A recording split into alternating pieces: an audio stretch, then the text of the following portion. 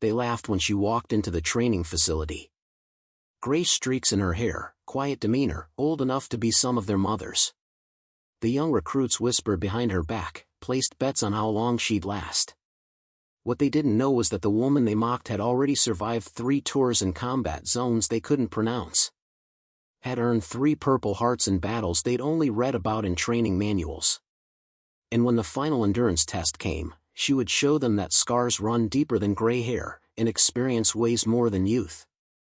This is the story of Irene Hill, the recruit they underestimated, until she left them all behind. Before we continue, let us know where you're watching from. If you're enjoying this, don't miss out, subscribe now for more. The September morning broke clear and bright over the regional training facility in Bavaria, Germany. Irene Hill stood at the edge of the assembly ground, her duffel bag resting against her leg, watching as dozens of young recruits filtered onto the field. Most were in their early 20s, fresh-faced and eager, their new uniforms still crisp with factory creases. Irene was 38 years old, and she knew she stood out. The gray streaks in her dark blonde hair caught the morning sunlight. She'd stopped dyeing it 2 years ago, after her last deployment. The silver strands had appeared suddenly during her 3rd tour, stress and trauma painting her hair with premature age. She'd earned every gray hair, but looking at the fresh faces around her, she knew they wouldn't see it that way. "Is that woman lost?" she heard someone mutter nearby. A cluster of male recruits stood 20 feet away, not bothering to lower their voices. "Maybe she's looking for her son's graduation." Laughter rippled through the group. Irene didn't turn, didn't react. She'd learned long ago that the first response to disrespect was often silence. Let them assume what they wanted. The truth would reveal itself soon enough. The training program was unusual. A specialized civilian-to-military transition course designed for individuals entering emergency response and peacekeeping roles. Most participants were young civilians with no military background, eager to serve in humanitarian missions across Europe and beyond. Irene was here for different reasons she wasn't ready to share. After 6 years of active military service and 3 combat deployments, she'd left the service with honors, wounds, and memories that woke her at 3 in the morning. She'd tried civilian life for 18 months, working administrative jobs that felt hollow and meaningless. The nightmares had grown worse. Her therapist suggested she was experiencing a crisis of purpose. Irene knew she needed to find her way back to service, but on her own terms this time. This training program offered a path back. Not to combat, but to humanitarian work. Medical evacuation, disaster response, refugee assistance. Work that mattered without the weight of warfare. But first, she had to complete the 12-week training alongside recruits half her age who looked at her like she'd wandered in from a senior center. "Attention!" The drill instructor's voice cut across the field like a whip crack. Captain Werner Hoffman strode to the center of the assembly ground, his bearing military precise despite the program's semi-civilian nature. "Welcome to the regional training facility. For the next 12 weeks, you will be pushed physically, mentally, and emotionally. Some of you will not make it to graduation. That is not a threat. It is a statistical reality." Irene had heard variations of this speech before. The psychology of military training demanded breaking down civilian softness, building up discipline and resilience. She stood quietly, her posture relaxed but attentive, while around her the young recruits shifted nervously. "When I call your name, sound off and fall into formation," Hoffman continued. He began reading from his roster, his pronunciation crisp and efficient. Names echoed across the field, young voices responding with varying degrees of confidence. "Irene Hill." "Here, sir," Irene called out, her voice steady and clear. Hoffman's eyes found her in the crowd, and she saw the flicker of surprise quickly masked by professional neutrality. He continued down the list without comment, but Irene noticed how several recruits turned to stare at her, their expressions ranging from confusion to barely concealed amusement. The formation organized itself by height, which placed Irene near the middle.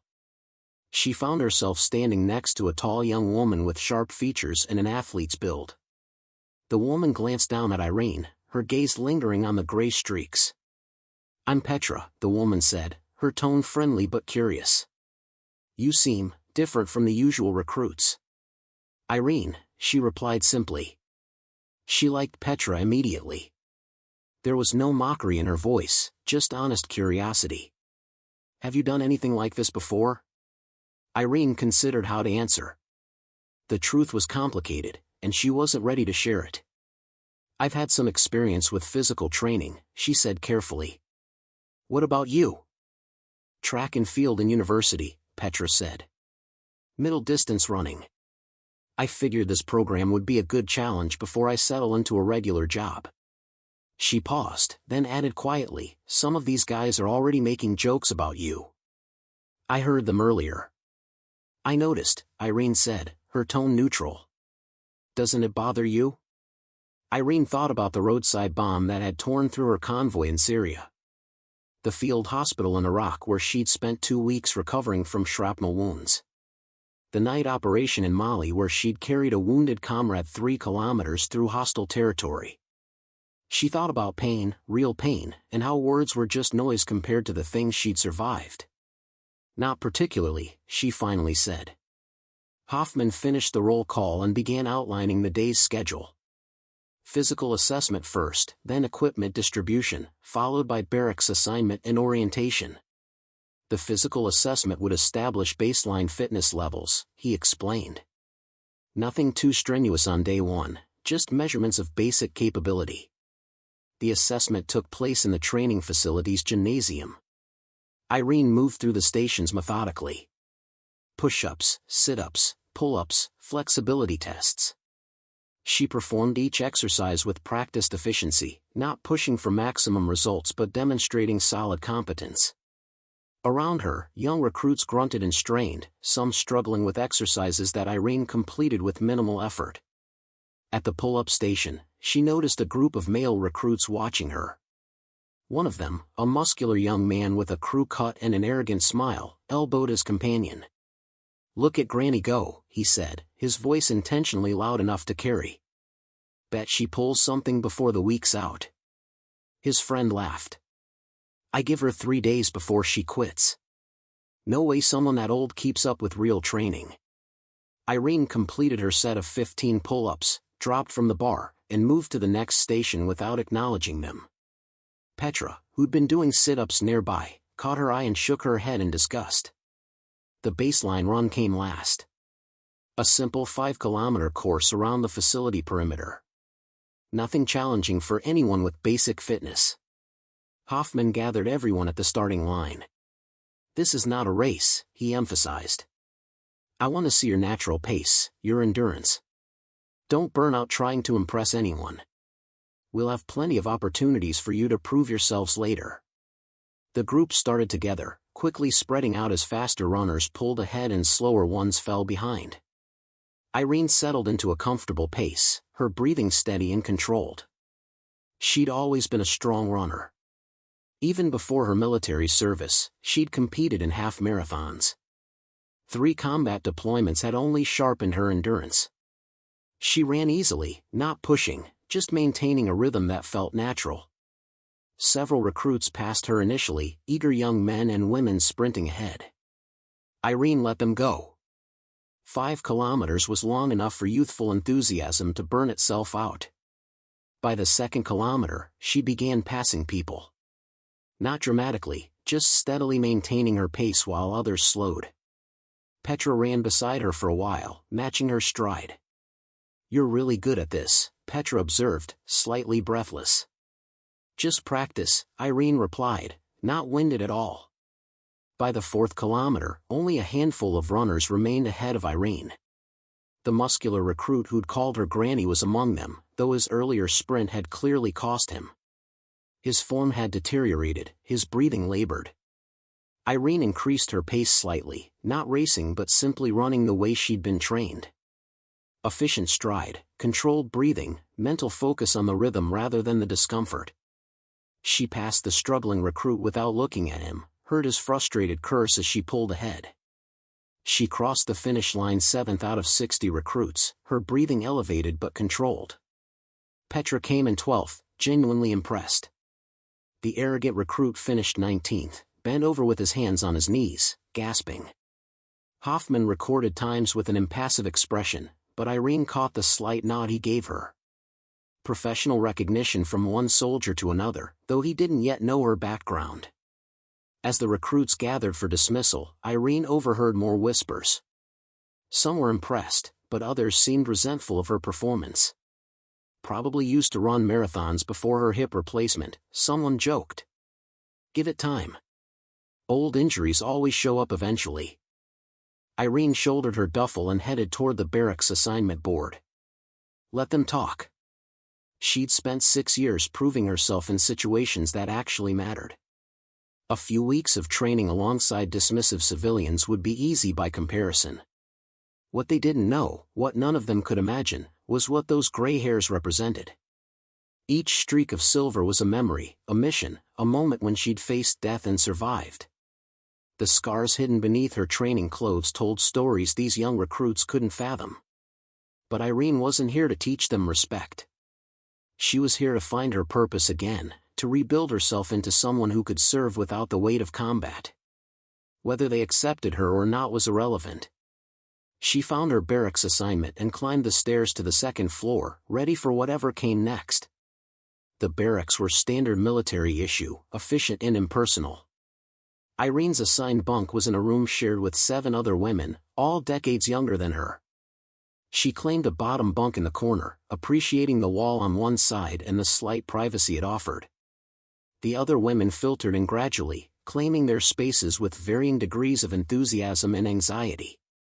Petra took the bunk across from Irene, offering a warm smile as she began unpacking. 2 other women, clearly friends who'd enrolled together, claimed the bunks nearest the door and immediately began chattering about the day's events. The remaining women were quieter, focused on organizing their belongings and adapting to the sudden loss of privacy. So, one of the chatty women said, addressing the room generally, what made everyone decide to do this program? Her name tag read Keller, and she had the bouncy enthusiasm of someone treating this like an adventure rather than serious training. The responses varied. One woman wanted experience before applying to medical school. Another hoped to work with refugee organizations. Petra mentioned her athletic background and desire for meaningful service. When attention turned to Irene, she kept her answer brief. Looking for a change, she said, folding a shirt with military precision. Wanted to do something that matters. But at your age, Keller said, then caught herself. Sorry, that came out wrong. I just meant, isn't this kind of training pretty intense for someone who's, more mature? Irene smiled, an expression that didn't quite reach her eyes. I'll manage. She did better than most people on the run today, Petra interjected. Finished 7th. Keller looked surprised. Really? That's actually impressive. She paused, then added with attempted humor, maybe all that life experience translates to good cardio. The comment wasn't malicious, just thoughtless. Irene recognized the type. Young, privileged, well-meaning but unable to see beyond their own limited perspective. She'd served alongside people like Keller before, had watched some of them grow into capable soldiers once reality forced them to mature. That evening, after equipment distribution and orientation briefings, the recruits gathered in the common area. The atmosphere was cautiously social, people beginning to form alliances and identify potential friends. Irene sat near the window with a training manual, reviewing the program's syllabus while around her conversations buzzed. The muscular recruit who'd mocked her earlier, name tag reading Fisher, held court near the center of the room. He was describing his civilian job as a personal trainer, emphasizing his fitness expertise and physical capabilities. This program's going to be cake for me, he announced to his growing audience. I could probably teach half these classes myself. His eyes drifted toward Irene. Though I guess they had to make it accessible for everyone, even the older participants. Light laughter rippled through his audience. Irene turned a page in her manual, not acknowledging him. Hey, Hill, Fisher called out directly. No offense, but why are you really here? Midlife crisis? Trying to relive your youth? The room quieted. Irene looked up slowly, meeting his gaze with calm, steady eyes. For a moment, she considered telling him about Aleppo and Mogadishu and the things she'd seen that would give him nightmares. About the weight of a combat pack or the sound of incoming artillery. About what it meant to earn 3 Purple Hearts. Instead, she simply said, personal reasons. Come on, Fisher pressed, emboldened by his audience. You've got to admit, you stand out here. Gray hair, probably twice the age of most of us. What makes you think you can keep up? I kept up today, Irene replied quietly. On one easy run, Fisher scoffed. Wait until we get into real training. The obstacle courses, the endurance tests, the live scenarios. This isn't a retirement community fitness class. Petra stood up from her chair. Why do you care so much, Fisher? She's not bothering anyone. I'm just being realistic, Fisher said, his tone suggesting he thought he was being helpful. This program has a high dropout rate. I'd hate to see someone get hurt because they overestimated their capabilities. Irene closed her manual and stood. She was several inches shorter than Fisher and probably 60 pounds lighter, but something in her bearing made him take an involuntary step back. I appreciate your concern, she said, her voice level and cold. But I'm fully aware of my capabilities. If I couldn't handle this training, I wouldn't be here. She walked past him toward the barracks, feeling eyes on her back. In her peripheral vision, she saw Petra following, and heard the renewed buzz of conversation behind them. Back in the sleeping quarters, Petra sat on her bunk and shook her head. That guy's an ass. Don't let him get to you. I won't, Irene assured her. There's something about you, Petra said thoughtfully. The way you carry yourself. The way you handled that situation. You're not just some civilian looking for adventure, are you? Irene met her eyes, considering how much to reveal. I've had some prior experience with military structures, she said carefully. But I'm here for the same reason as everyone else.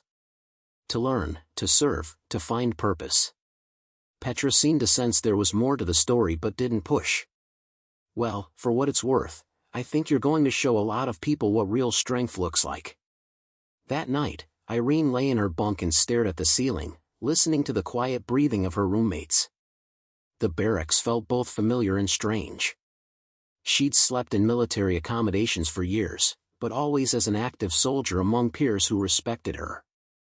Now she was an outsider, judged by her appearance rather than her capabilities. Her mind drifted to the medals locked in a safe deposit box back in Hamburg. 3 Purple Hearts, awarded for wounds received in combat. The first had come during her initial deployment, shrapnel from an IED that left scars across her shoulder and back. The second during her tour in the Horn of Africa, a bullet that grazed her ribs during an evacuation under fire. The third, the one that had finally convinced her to leave active service, had been the worst. A mortar attack that killed 2 of her team members and left her with a concussion, fractured collarbone, and emotional trauma that still woke her at night. She'd earned those medals with blood and sacrifice, had proven her courage and capability in ways these young recruits couldn't imagine. But she wore none of it on her sleeve, carried no visible sign of her service. The gray hair was her only badge, and they saw it as weakness rather than evidence of survival. Irene closed her eyes and focused on her breathing, a meditation technique her therapist had taught her. Tomorrow would bring new challenges, new opportunities to prove herself. She'd faced far worse than the judgment of ignorant recruits. CTA, we've invested considerable effort in bringing you this story. If you find it engaging, please consider subscribing to our channel. Your support is greatly appreciated. Now, let's return to the narrative.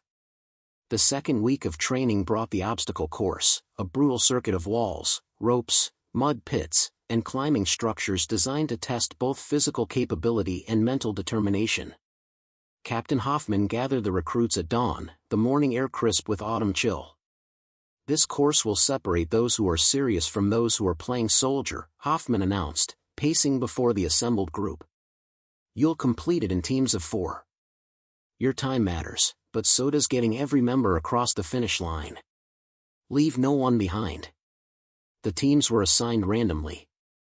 Irene found herself grouped with Fisher, a quiet young man named Andreas, and a woman named Elena who looked terrified. Fisher's face showed clear displeasure at the pairing. "Great," he muttered, just loud enough for Irene to hear. "Guess I'll be carrying dead weight today." The course began with a 12-foot wall. Fisher scaled it easily, his training evident in his fluid movements. Andreas followed with more difficulty, and Elena froze halfway up until Fisher grudgingly pulled her over the top. Irene went last, climbing with efficiency that came from years of combat training where obstacles were life or death, not just exercises. At the rope traverse, suspended over a mud pit, Fisher went first again. He swung across confidently, landing on the far platform with a triumphant grin. Andreas made it halfway before his grip failed, plunging into the cold mud below. He climbed out, shivering and discouraged. Elena's hands shook as she gripped the rope. "I can't do this," she whispered. "Yes, you can," Irene said quietly, positioning herself behind Elena. "Focus on one hand at a time. Don't look down. I'm right here." Elena started across, her movements tentative. Halfway across, her grip began to slip. Irene, already on the rope behind her, called out encouragement, talking her through each movement. Elena made it to the platform, sobbing with relief. When Irene swung across, she did it with practiced ease, her movements controlled and precise. Fisher watched with narrowed eyes, clearly annoyed that she'd managed without struggle. The crawl through barbed wire came next, a low tunnel requiring them to drag themselves on their bellies through mud while mock explosions detonated overhead. Irene had done this exercise dozens of times in real training, where the wire was actually dangerous and the mud was often mixed with worse things. She moved through smoothly, ignoring the cold and discomfort, emerging on the other side while Fisher was still halfway through, his larger frame making the tight space more challenging. At the final obstacle, a rope climb followed by a rappel down the other side, Elena broke down completely. "I can't," she sobbed. "I'm going to fail. I'm going to get cut from the program." "You're not failing," Irene said firmly. She looked at Fisher and Andreas. "We get everyone across. That's the mission." "She's slowing us down," Fisher complained. "Our time is going to be terrible." "I don't care about the time," Irene replied. "I care about the team." She worked with Elena patiently, showing her hand positions, talking her through her fear. It took 10 extra minutes, but Elena made it over the wall. Their team finished with one of the slower times, but they finished together. As they walked back to the barracks, Fisher confronted Irene. "Your little compassion project cost us a decent ranking." "Our team member made it across," Irene replied. "That's what mattered. This isn't a charity, Hill. This is training for real situations where weakness gets people killed." Irene stopped walking and turned to face him fully. "In real situations," she said, her voice cold and hard, "you don't abandon your team. Ever. That's the first thing you should learn." Something in her tone made Fisher fall silent. Irene walked away, leaving him to wonder what she'd meant. Week 4 brought tactical scenarios and emergency response simulations. The recruits were divided into squads and thrown into situations requiring quick thinking, teamwork, and crisis management. Irene's squad included Petra, 2 young men named Thomas and Laurent, and a woman named Hannah who had medical training. Their first scenario involved a simulated mass casualty event. Instructors played injured civilians, scattered across a mock disaster site with varying degrees of wounds and trauma. The squad had 20 minutes to assess, prioritize, and begin treatment. The scene was chaos by design. Smoke machines obscured visibility, speakers blared sirens and screaming, and the instructor actors committed fully to their roles, crying out in pain and panic. Thomas froze immediately, overwhelmed by the sensory assault. Laurent started toward the nearest victim without any assessment strategy. Irene's combat training kicked in automatically. "Petra, check that sector for critical injuries," she called out, pointing to the left side of the field. "Hannah, you're with me for triage. Thomas, I need you to document who we've assessed." Loran, start setting up the casualty collection point. Her voice carried authority that cut through the chaos. The squad responded instinctively to her command, falling into organized action. Irene moved through the injured with practiced efficiency, quickly categorizing wounds by severity. She'd done this for real in Syria, in Mali, in places where the blood was actual and the screaming came from genuine agony. An instructor playing a severely wounded civilian grabbed Irene's arm. "Help me," he begged, his acting convincing. "Please, I can't feel my legs." Irene assessed him quickly, noting the simulated spinal injury indicators. "You're going to be okay," she said, her voice calm and reassuring. "I need you to stay still for me. Don't try to move. We're getting you help." She marked him as critical and moved on, directing Hannah to stabilize him while she continued assessment. Within 15 minutes, they'd organized the entire scene, prioritized treatment, and established an evacuation order. Captain Hoffman watched from the observation point, his expression thoughtful. When the scenario ended, he gathered Irene's squad for debrief. "Hill," he said, "you took command of that situation. That wasn't part of the assigned roles." "No, sir," Irene agreed. "The situation required immediate organization. Someone needed to establish order. And you decided that someone was you?" "I had the clearest understanding of what needed to be done, sir." Hoffman studied her for a long moment. "Your triage was textbook perfect. Your command presence was natural. Where did you learn that?" Irene hesitated. "Previous experience, sir." "What kind of experience?" The squad watched the exchange with interest. Irene considered her answer carefully. She wasn't ready to reveal everything, but Hoffman's direct question deserved more than evasion. "Medical evacuation training, sir. Crisis response in high-stress environments." "Military?" Hoffman pressed. "Yes, sir." The squad reacted with surprise. Fisher, observing from a nearby squad, looked skeptical. Hoffman nodded slowly, as if confirming a suspicion. "We'll discuss this later, Hill. The rest of you, good work following her lead. That's how these situations should be handled." After the debrief, Petra cornered Irene. "You were military? Like, actual military service?" "Yes," Irene confirmed. "Why didn't you say anything? Why let people treat you like you don't know what you're doing?" "Because what I did before doesn't matter here," Irene said. "I'm here to learn new applications for old skills. I'm here to move forward, not live in the past. But those guys who've been mocking you, they should know." "They should know nothing," Irene interrupted firmly. "Let them learn the same way I did. Through experience, not through stories." That evening, word spread through the barracks about Irene's military background. The revelation created mixed reactions. Some recruits gained new respect, understanding her competence in context. Others, particularly Fisher, seemed even more resentful. "So she was military," Fisher said loudly in the common area. "Big deal. Probably pushed papers in some rear echelon office. That gray hair didn't come from combat." Irene, reading in her bunk, heard the comment through the open door. Petra looked at her questioningly, but Irene shook her head. Let him think what he wanted. The truth wasn't for public consumption. But the next scenario would test everyone in ways that Fisher couldn't anticipate, and Irene knew her past would become impossible to hide. Part 5.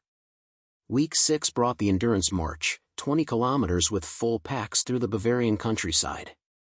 The route included steep hills, rough terrain, and deliberate obstacles designed to test physical and mental stamina. Each recruit carried a 35-pound pack, water, and emergency supplies. The morning started cold and gray, threatening rain. Captain Hoffman briefed the group with his usual stern efficiency. "This march will show me who has genuine endurance versus who's been coasting on short-term adrenaline. Pace yourselves. Look after each other. Anyone who falls more than 500 meters behind the main group will be pulled from the exercise." The recruits set out in loose formation, beginning at a manageable pace. Irene settled into the rhythm immediately, her body remembering countless marches from her service years. The pack weight felt familiar, almost comforting in its solidity. Fisher started near the front, setting an aggressive pace that several recruits struggled to match. Irene stayed in the middle group with Petra, Andreas, and Elena, maintaining steady progress without burning energy unnecessarily. By kilometer 5, the first recruits began falling behind. The initial hills had sapped strength from those who'd started too fast. Fisher remained near the front but had slowed considerably, his earlier swagger replaced by grim determination. At kilometer 8, Elena stumbled on loose rocks and went down hard, crying out in pain. Irene was beside her immediately, assessing the injury. Elena's ankle was swelling rapidly, likely a bad sprain. "I can't walk on it," Elena gasped through tears. "I'm done. I'm going to fail." Petra looked at Irene helplessly. "Should we call for a medic?" Irene considered the situation. They were at the midpoint of the course, far from any easy extraction point.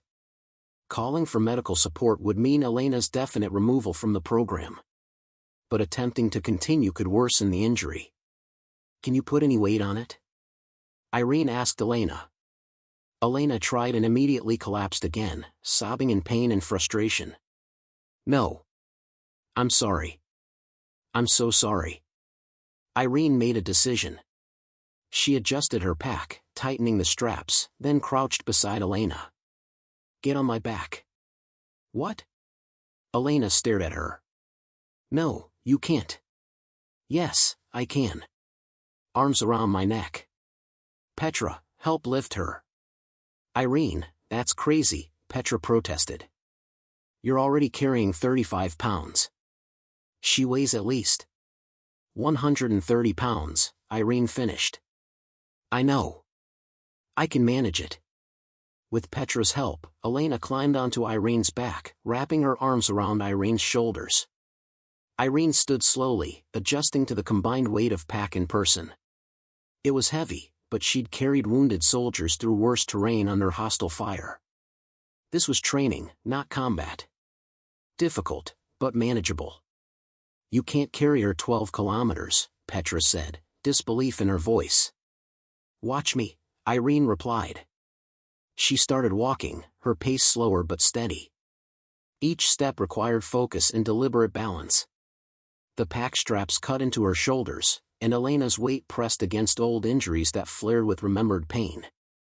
But Irene had learned long ago how to compartmentalize discomfort, how to push physical suffering into a distant corner of her mind and focus only on forward movement.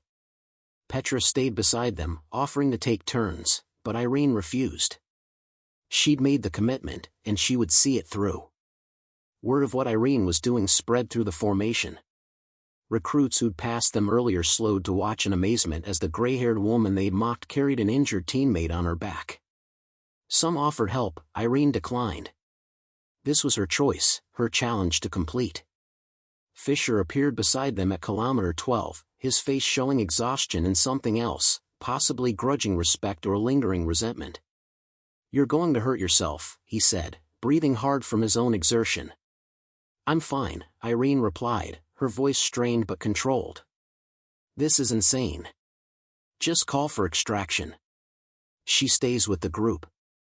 Fisher fell back, shaking his head. The final 8 kilometers became a mental battle more than physical. Irene's shoulders screamed with pain where the pack straps and Elena's weight combined to create crushing pressure. Her legs burned with each step, and old shrapnel scars across her back throbbed with deep aching. But she'd endured worse. She'd marched through minefields and carried wounded through hostile territory. This was just pain, and pain was temporary. Captain Hoffman appeared on a patrol vehicle at kilometer 15, driving alongside Irene's position. He observed silently for a moment, then spoke through the vehicle's speaker. "Hill, there's no shame in calling for medical support. You've made your point." Irene didn't respond, saving her breath for the march. Elena, on her back, whispered apologies that Irene ignored. Petra walked beside them like a guardian, refusing to leave despite her own exhaustion. At kilometer 18, Irene's pace had slowed to barely more than a crawl. Each step required conscious effort, and the finish line felt impossibly distant. Other recruits had long since passed her, but a small group had fallen back to march alongside in silent support. Fisher reappeared, his earlier hostility replaced by something approaching awe. "How are you still moving?" "One step at a time," Irene managed, her voice hoarse. The final 2 kilometers stretched like miles.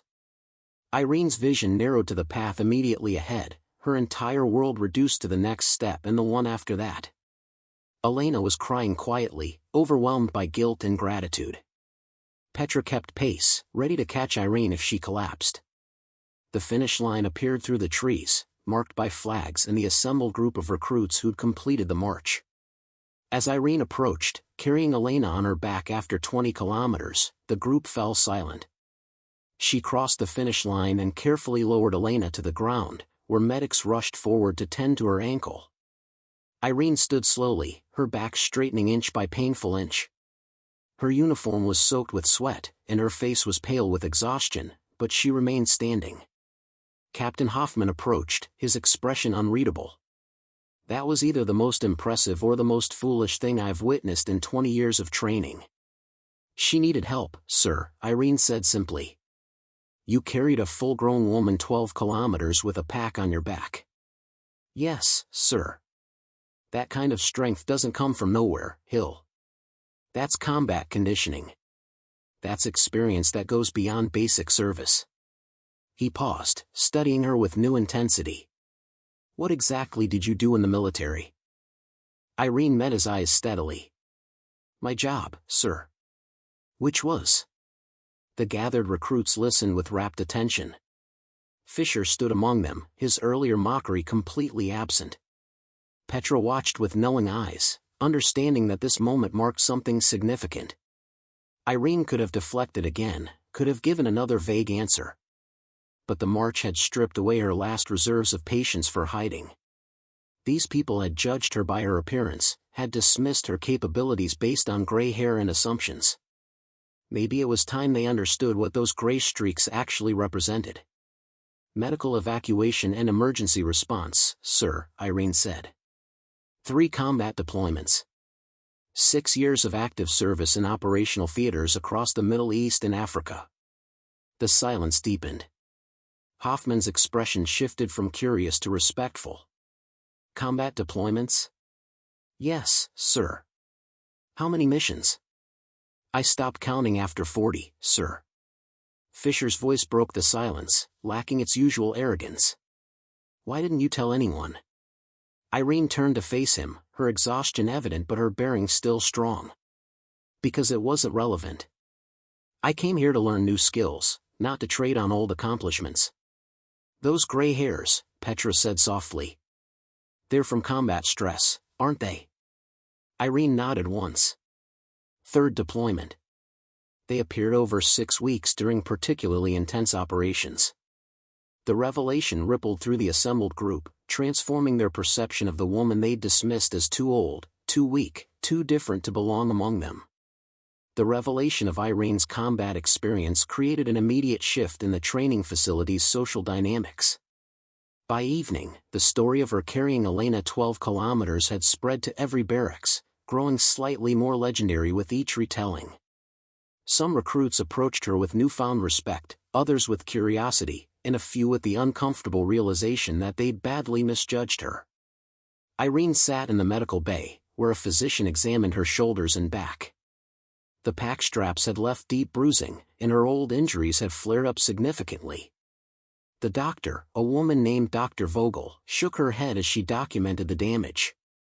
"You've got extensive scarring here," Dr. Vogel observed, tracing the shrapnel marks across Irene's shoulder blade. "And here. These are combat wounds." "Yes," Irene confirmed. "You aggravated them significantly today. I'm recommending 3 days of light duty." "That's not necessary," Irene protested. "I'll be fine by tomorrow." Dr. Vogel gave her a stern look. "That wasn't a suggestion, Hill. Your body has limits, even if you refuse to acknowledge them. 3 days, or I'll recommend you be held back a training cycle for medical reasons." Irene reluctantly agreed, frustrated by the forced rest but recognizing the wisdom in it. As she left the medical bay, she found Fisher waiting in the corridor. He looked uncomfortable, his usual confidence replaced by awkward uncertainty. "I wanted to apologize," he said without preamble. "For the things I said. The assumptions I made." Irene studied him carefully. "What changed your mind?" "Watching you today. Realizing that I couldn't have done what you did, and I've been training my whole life." He paused. "I thought physical strength was everything. That being young and fit meant being the best. You showed me I was wrong." "Physical strength matters," Irene said. "But it's not the only thing that matters. Determination, experience, knowing your limits and pushing past them when necessary, those things count too." Fisher nodded. "Can I ask you something? Those combat deployments you mentioned, were they bad?" Irene considered how to answer. The sanitized version would be easier, but Fisher deserved honesty after his genuine apology. "Yes," she said simply. "They were very bad. I saw things that still wake me up at night. Lost friends. Got hurt. Came home different than I left." "The gray hair," Fisher said quietly. "That's not just age, is it?" "No. Stress, trauma, the body's response to prolonged combat conditions. Some people get ulcers. I got gray hair." "And you came back to this? To training and service? After everything?" "Because service gives me purpose," Irene replied. "And because I'm good at it. Those are reasons enough." Fisher extended his hand. "I'd be honored to train alongside you. Really train, without the stupid comments and assumptions." Irene shook his hand, appreciating the sincerity behind the gesture. "Accepted." That evening, Captain Hoffman called Irene to his office. She arrived to find him reviewing a file that she recognized as her military service record. He'd clearly requested it from her previous command. "Sit, Hill," Hoffman said, gesturing to a chair. "We need to talk about what you've been hiding." Irene sat, her back straight despite the pain from her bruised shoulders. "I wasn't hiding anything, sir. I simply didn't advertise it." "You have 3 Purple Hearts," Hoffman said, looking up from the file. 3. That's not something you just neglect to mention. It wasn't relevant to this training, sir. "Like hell it wasn't," Hoffman said, but his tone was more amazed than angry. "You have commendations for valor, citations for exceptional performance under fire, and a medical discharge recommendation that you apparently refused multiple times." "I left on my own terms, sir. When I was ready." Hoffman leaned back in his chair. "Hill, you're the most experienced person in this entire training cycle, probably more experienced than half my instructors. Why are you here, really? This program is designed for civilians entering humanitarian service. You could be teaching these courses, not taking them." Irene chose her words carefully. "Because combat service and humanitarian work require different mindsets, sir. I know how to survive in hostile environments, how to fight, how to operate under fire. But I want to learn how to help without the context of warfare. How to serve without carrying a weapon. This program offers that transition." "You're trying to heal," Hoffman said, understanding dawning in his expression. "You're trying to find a way to use your skills for something other than combat." "Yes, sir." Hoffman nodded slowly. "I respect that. But Hill, you need to understand something. These recruits look up to their instructors. Whether you intended it or not, you've become a leader in this training cycle. Your actions today prove that. People follow you naturally. I'm not looking to lead, sir. Just to learn. Sometimes we don't get to choose our roles," Hoffman replied. "I'm assigning you as an assistant team leader for the remaining training. You'll help guide the less experienced recruits, provide mentorship, share your knowledge." "That's not a request." Irene started to protest, then stopped. Perhaps this was part of her transition, learning to lead without the authority of rank, sharing knowledge without the weight of combat. "Yes, sir," she agreed. I'll do my best. The 3 days of mandated rest proved more difficult than any physical training. Irene spent them reviewing course materials and watching other squads run exercises she couldn't participate in. Her body needed the recovery, her bruised shoulders and aggravated scars requiring time to heal, but her mind chafed against the inactivity. On the 3rd day, Petra found her in the training facility's small library, surrounded by emergency response manuals and tactical medicine textbooks. "You're supposed to be resting," Petra observed, settling into a chair across from Irene. "My body's resting. My brain needs occupation." Petra smiled. "You know everyone's talking about you, right? You've become a legend around here. The Gray Ghost is what some people are calling you." Irene groaned. "That's ridiculous." "Is it? You appear out of nowhere, older than everyone, say nothing about your background, then systematically outperform people half your age and carry someone 12 kilometers on your back. You're basically a training facility myth come to life." "I'm just a person trying to find her place again," Irene said quietly. Petra's expression softened. "Can I ask you something personal?" "You don't have to answer." "Go ahead." "Those 3 purple hearts. Captain Hoffman mentioned them to the instructor staff, and word spread. What did you do to earn them?" Irene closed the textbook she'd been reading, her fingers tracing its cover as memories surfaced. "The first was an IED. I was part of a convoy moving medical supplies through Syria. The blast destroyed 2 vehicles and killed 4 soldiers. I was in the 3rd vehicle, caught shrapnel across my back and shoulder. Spent 2 weeks in a field hospital." Petra listened silently, her earlier curiosity replaced by somber attention. "The second was during an evacuation in Somalia. We were extracting wounded from a compound under fire. I took a bullet that grazed my ribs while loading patients onto the helicopter. Kept working until the evacuation was complete, didn't realize how bad it was until we were airborne." "And the third?" Petra asked gently. Irene's expression darkened. "Mortar attack on a forward medical station in Mali. We had no warning, no time to take cover. The blast killed 2 of my team members instantly.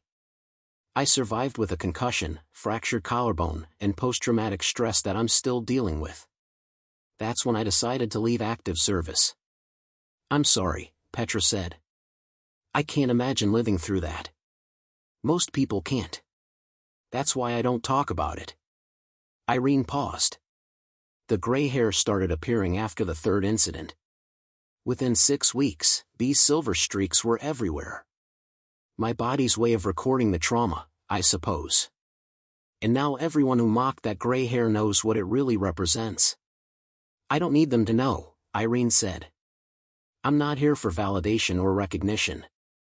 I'm here to rebuild myself into someone who can serve without the nightmares, without the constant hypervigilance, without seeing threats in every shadow." Petra reached across the table and squeezed Irene's hand briefly. "For what it's worth, I think you're incredibly brave. Not just for what you survived, but for coming back and trying again in a different way." The next morning, Irene returned to full training status. Captain Hoffman had reorganized the training structure, and she found herself officially designated as assistant team leader for a squad of 8 recruits. The squad included Petra, Elena, who was recovering from her ankle injury, Fisher, and 5 others who represented a mix of capabilities and experience levels. Their first exercise together was a navigation challenge. Each squad received coordinates for 5 waypoints scattered across a 20-kilometer area. They had 6 hours to locate all 5 points and return to base, using only map and compass, no GPS or electronic aids.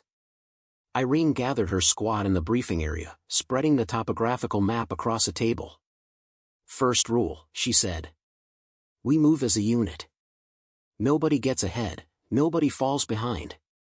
Second rule, we communicate constantly.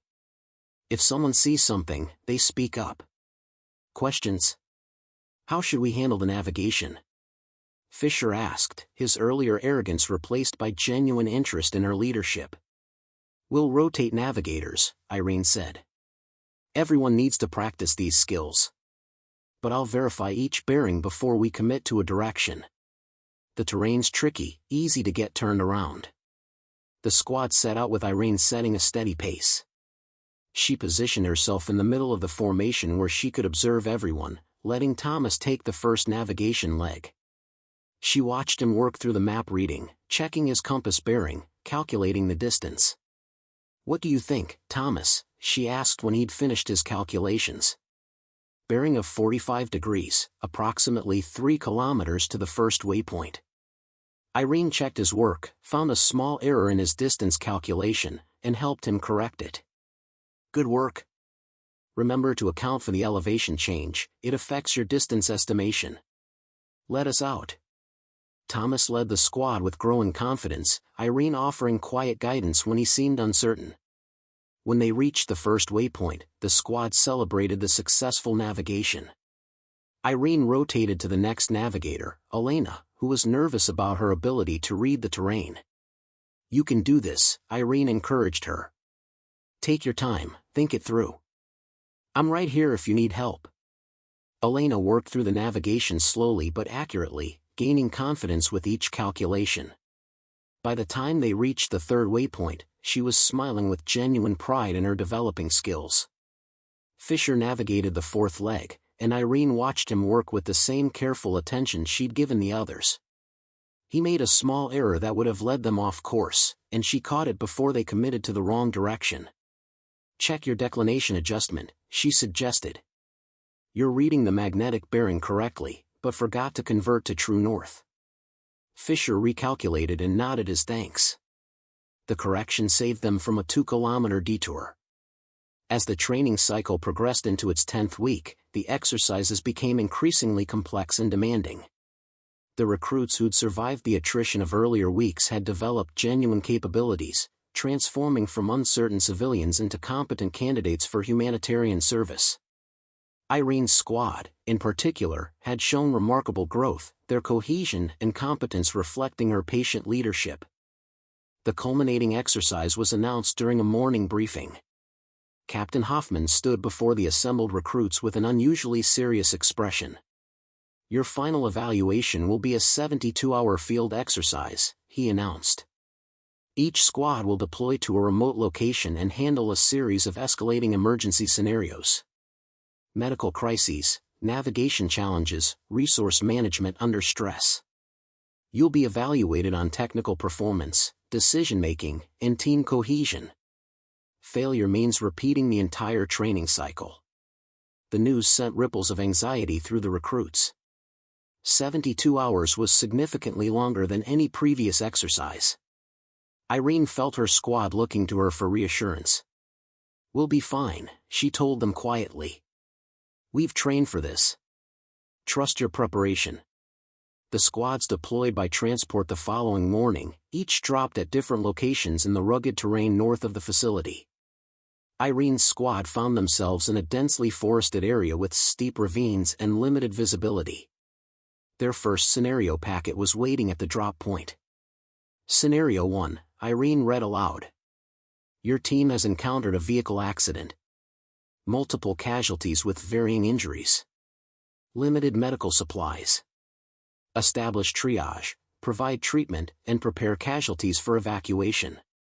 The casualties were instructor actors positioned throughout the simulated accident site, committed to their roles with convincing injuries and distress. Irene immediately shifted into the calm, focused mindset she developed through actual emergency response. "Petra, begin triage assessment on the left side. Elena, you're with me on immediate medical needs. Fisher, establish our casualty collection point and inventory our supplies. Thomas, document everything." The squad moved with practiced efficiency, applying their training to the scenario. Irene worked through the casualties methodically, her combat medical experience guiding her decisions. She caught a potentially fatal error when Thomas started to move a victim with a suspected spinal injury. "Stop," she called out. "Stabilize the neck first. Never move a spinal injury without proper immobilization." Thomas corrected immediately, grateful for the catch. Elena, who'd grown significantly in confidence over the weeks, handled a complex bleeding control scenario with steady hands and clear thinking. The scenario concluded successfully, and the squad moved to their next waypoint. Along the route, Irene taught navigation techniques, pointing out terrain features and explaining decision-making processes. Fisher, now completely reformed from his early arrogance, absorbed every lesson eagerly. "You know," he said during a rest break, "I thought I was fit when I started this program. But watching you, understanding what real strength looks like, it's completely changed my perspective." "Strength comes in many forms," Irene replied. "Physical capability matters, but mental resilience, emotional intelligence, the ability to stay calm under pressure, those are just as important." The second night brought their most challenging scenario yet. The squad was awakened at 0200 hours by simulated explosions and emergency sirens. In the darkness and confusion, they had to locate and extract a wounded instructor from a difficult position while dealing with limited visibility and time pressure. Irene's combat experience proved invaluable. She'd operated in hostile conditions where darkness and chaos were standard, where clear thinking under pressure meant the difference between life and death. She organized the squad calmly, assigning roles and coordinating the extraction with quiet authority. "Elena, you're on medical assessment when we reach him. Petra, secure the extraction route. Fisher and Thomas, you're the carry team. I'll coordinate and handle any complications." They found the instructor wedged in a narrow ravine, accessible only by a steep descent.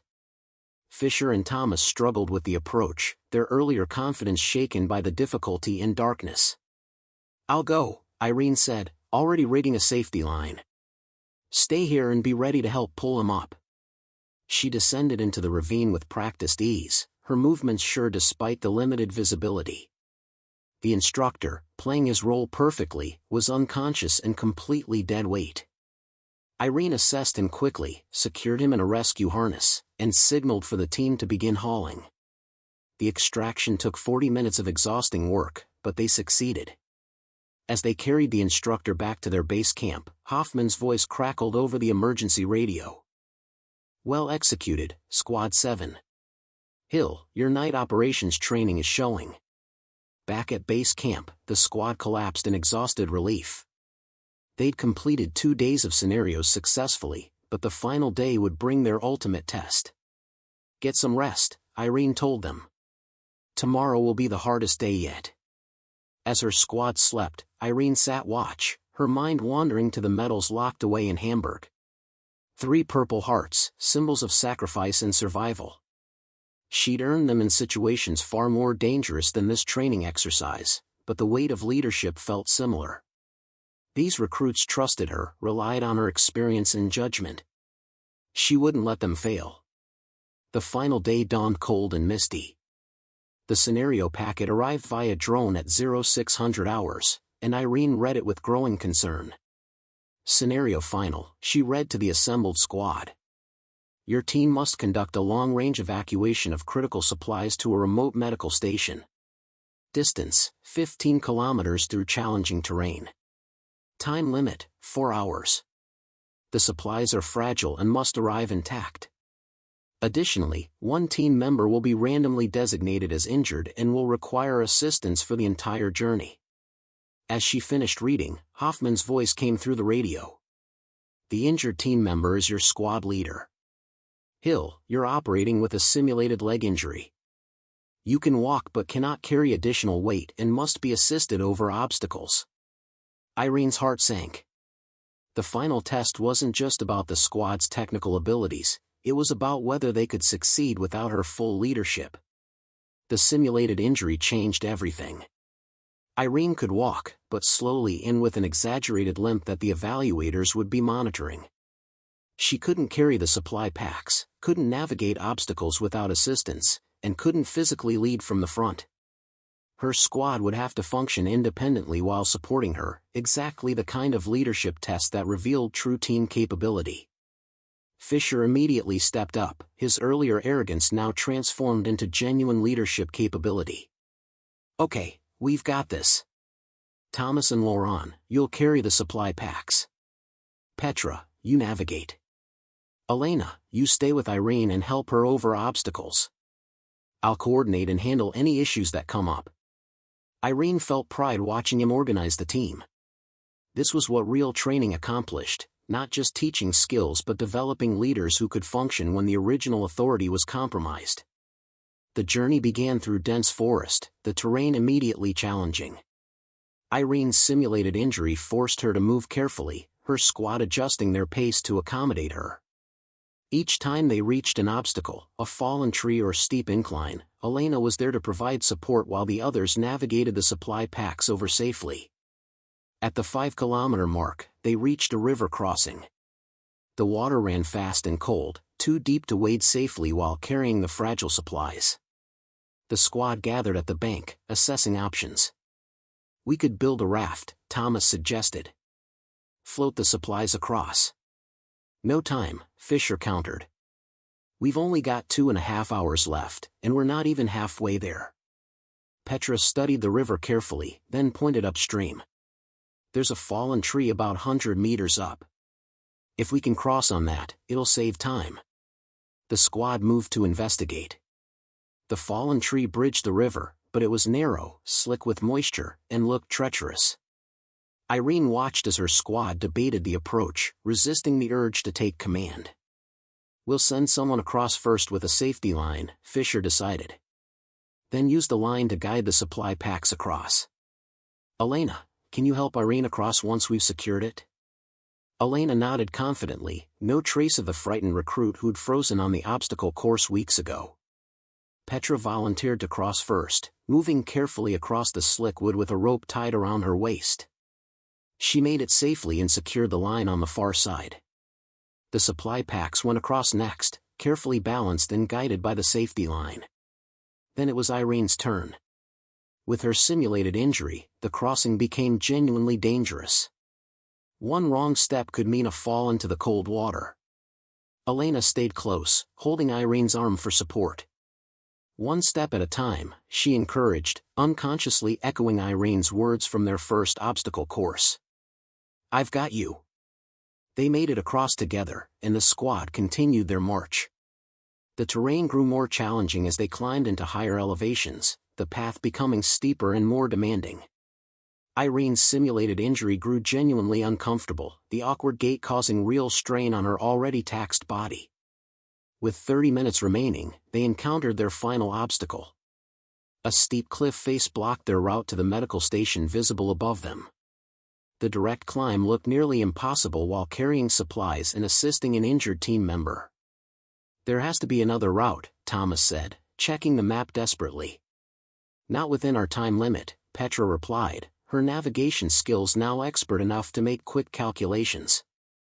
The alternate route adds another hour. Fisher looked at the cliff, then at Irene, then at the supplies. Irene could see him working through the problem, applying everything he'd learned over 12 weeks of training. We climb, Fisher decided. Thomas, you and Laurent handle the supply packs on a pulley system. Petra, you establish anchor points as we go up. Elena and I will help Irene. That's going to be close on time, Laurent warned. Then we'd better move fast, Fisher replied. The climb was brutal. The squad worked together with impressive coordination, each member executing their role flawlessly. Petra found good anchor points and secured ropes. Thomas and Laurent rigged a pulley system that lifted the supply packs carefully up the cliff face. And Fisher and Elena formed a human support system for Irene, helping her navigate the climb despite her handicap. With 5 minutes remaining before the deadline, the entire squad pulled themselves over the top of the cliff. The medical station marker was visible 50 meters away across flat ground. They ran, Irene hobbling between Elena and Fisher, the whole team sprinting with the last reserves of their energy. They crossed the finish line with 90 seconds to spare, collapsing in exhausted triumph as Captain Hoffman appeared with his evaluation clipboard. Squad 7, he announced, you've successfully completed the final exercise. Supplies intact, all team members accounted for, completed within time limit despite significant handicap. Well done. The squad erupted in celebration, hugging each other and laughing with relief. Irene found herself pulled into the group embrace, her squad mates treating her not as their superior but as their equal, their teammate who'd trained alongside them and earned their respect through shared struggle. Hoffman approached Irene separately as the others celebrated. "Impressive, Hill. You developed them into a real team. They functioned perfectly even with you handicapped." "They did all the work, sir," Irene replied. "I just watched them succeed." "That's what good leadership looks like," Hoffman said. "Teaching people to succeed without you. You've done more for this training cycle than any assistant team leader I've had." As the squads assembled for transport back to the facility, Irene looked at her team. Fisher, transformed from arrogant to capable. Elena, no longer afraid but confident. Petra, her friend and ally. All of them changed by 12 weeks of training, all of them stronger for the experience. And Irene herself, changed as well. She'd come here looking for purpose, for a way to serve without the trauma of combat. In teaching these recruits, in sharing her knowledge and watching them grow, she'd found something she hadn't expected: healing. The gray hair they'd mocked was still there, but now it represented something different to these people. Not weakness or age, but experience earned through sacrifice. And that made all the difference. The graduation ceremony took place 3 days after the final exercise. The training facility's main hall was decorated with flags and banners, filled with recruits who'd survived 12 weeks of grueling preparation. Families had traveled from across Europe to witness their loved ones' achievement, and the atmosphere buzzed with pride and accomplishment. Irene stood in formation with Squad 7, wearing her dress uniform for the first time since leaving active service. The fabric felt familiar against her skin, the structure and discipline of military bearing coming back naturally. Around her, the other graduates wore their civilian dress uniforms, crisp and new, their faces showing the transformation that 12 weeks had wrought. Captain Hoffman took the podium, his voice carrying across the assembled crowd. "Today we recognize individuals who came to us as civilians and leave as trained emergency responders. They've demonstrated physical courage, mental resilience, and the teamwork necessary for humanitarian service in challenging environments." He began calling names, each graduate stepping forward to receive their certification and commendation. When Petra's name was called, Irene applauded loudly, proud of her friend's achievement. Elena followed, walking confidently to the stage, no trace of the uncertain recruit who'd frozen on obstacles and doubted her capabilities. Fisher's name came next, and Irene smiled as he accepted his certification with genuine humility, so different from the arrogant young man who'd mocked her gray hair on the first day. "Irene Hill," Hoffman announced. Irene walked to the stage, her bearing military straight despite the lingering soreness in her shoulders and back. Hoffman handed her the certification, then surprised her by continuing to speak. Specialist Hill came to this program with more experience than she initially revealed. Her leadership, her mentorship, and her example raised the standard for this entire training cycle. She reminded us all that strength comes in many forms, and that true capability isn't measured by appearance but by action. The applause grew louder. Irene's squad stood and clapped enthusiastically, soon joined by other recruits who'd witnessed her journey. Even the families in attendance, who didn't know her story, responded to the evident respect being shown. As Irene returned to formation, Hoffman made an unexpected announcement. "Before we conclude, I'd like to share something about Specialist Hill that she's been too modest to mention herself." Irene's heart sank. She'd specifically asked him not to make a public display of her service record. Irene Hill served 6 years in active military duty with 3 combat deployments. She was awarded 3 Purple Hearts for wounds received in action, along with numerous commendations for valor and exceptional service. The gray hair that some of you initially dismissed as a sign of age or weakness is actually evidence of her sacrifice and survival through experiences most of us cannot imagine. The hall fell silent, then erupted in applause that was different from before. This wasn't polite recognition but genuine awe and respect. Irene's squad looked at her with new understanding, and she saw several recruits who'd made dismissive comments during the early weeks now looking ashamed. After the ceremony, families mingled with graduates in the reception area. Irene found herself surrounded by people wanting to shake her hand, to thank her for her service, to express admiration for what she'd accomplished. The attention made her uncomfortable, but she accepted it gracefully, understanding that this was part of moving forward. Fisher approached with an older couple who Irene assumed were his parents.